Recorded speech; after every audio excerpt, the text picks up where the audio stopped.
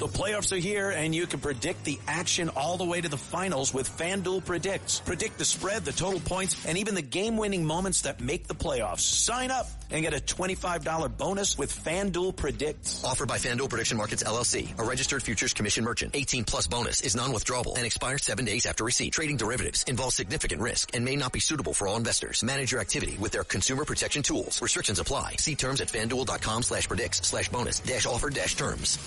Listen, all you New Yorkers. Taxi! This is the 77 WABC minicast. Now we're going to go to Sean Spicer, who is calling in from Washington. Sean, you also got a great new book called Trump 2.0. Take it away. I am. Good. I'm literally at the arrival of King Charles here at the British Embassy, but wanted to call you guys. That's right. The new book, Trump 2.0, is available on Amazon right now. You can call and it'll be delivered tomorrow. The coolest part is the foreword is written by President Trump, which is kind of cool. But also, it's the first time somebody's really looked at like I like to say, the why. Why is President Trump's second term going to be so historic? So we go through all of the aspects of what make the people, the policy, and the process different from the first term that I served in. And talk us through also just the messaging too, also, Sean. Like, I mean, Trump 2.0, sadly, as we just seen, it's a third assassination attempt. How is this going to change him? And maybe, it's a campaign year, it's midterms, you've got America 250, you got FIFA, there's a lot coming up. How will this change him, if at all, as president, and how will it change security around him? Well, I think one of the things that you have to understand is that they have an agenda. He understands, especially after that first assassination attempt, he only has so much time to make fundamental historic change.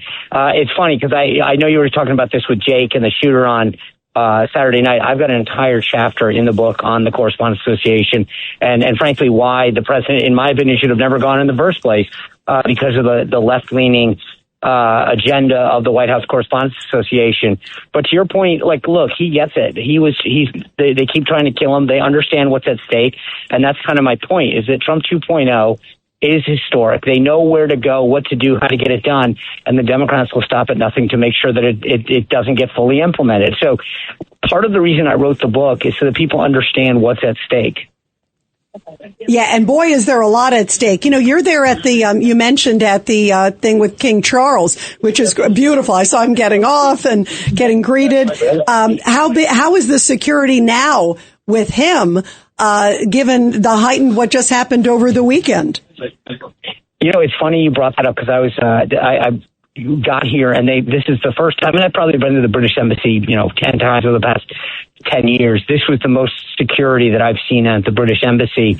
Obviously, it's the king himself that's here this time. And never exactly hung out with him before, so I don't know what it would have liked before, but there's no question they were very clear on protocols. They sent out additional information for people that were arriving here at the embassy that they were going to be strict with the times that it closed. They've got heightened security around here that I've never seen before. So they're taking this very, very seriously. And frankly, even events that I've seen around D.C. in the past 24 hours, there's a whole new level to it.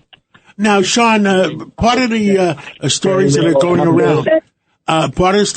around, is that one of the reasons King Charles is there is to mend fences over what the British Prime Minister has been doing. Well, look, I think that may be partially true, but this was a long time coming, right? This is our 250th year anniversary. I think King Charles, I keep still calling him Prince Charles, was going to come, to celebrate the bond between our two countries. But I think there's a recognition that Keir Starmer is the prime minister, the political head, and Charles is the head of state. And the president and so many people in America recognize the relationship that we have, the special relationship that we have with Britain. And that's what I hope the king and Queen Camilla focus on while they're here, and the message that they send during this joint session of Congress. Sean, also, you talk about Trump 2.0 and the revolution. This president, I think in the second term in this 2.0 that you talk about, he has really been transformative. I mean, you look at what he's done with Venezuela. You look at what he's done with Iran. He really is doing, I think, one of the most transformative, at least in my lifetime. Absolutely. But look, I note this in the book, what he's done with MAHA to make us healthier and more in a better society in terms of what we eat and how we eat, what he's done on NATO, what he's done on trade, the military, education and DEI, higher education, K through 12. The list goes on and on, what he's done to transform the media landscape. There's so many transformational things, as you know, Rita. It's not just the foreign policy. It's here at home. The list is very long. And again, part of the reason I wrote the book was to document it all and to make sure people understood not just what's happening, but why it's happening. Judge Weinberg.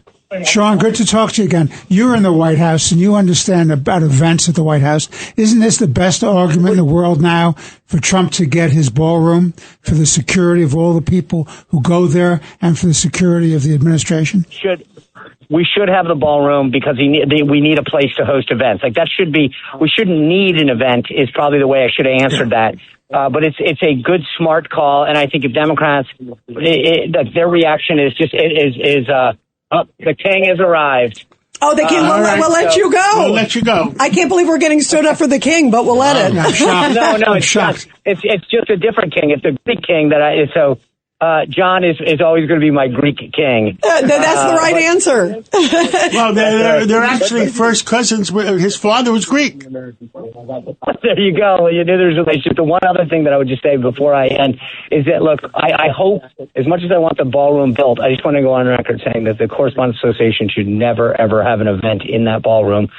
So, yes, ballroom, no Correspondents Association. I agree with you. And yes to King. What happened to Ronald Reagan? What happened to Ronald Reagan? Same place. Same place. 45 years later. Sean, have a great time. Fill us in. Keep us posted how it goes. Go on Amazon and order Trump 2.0 tonight. Thanks, guys. You got it. Congrats. It comes out tomorrow, everybody. Thanks, Sean, very much.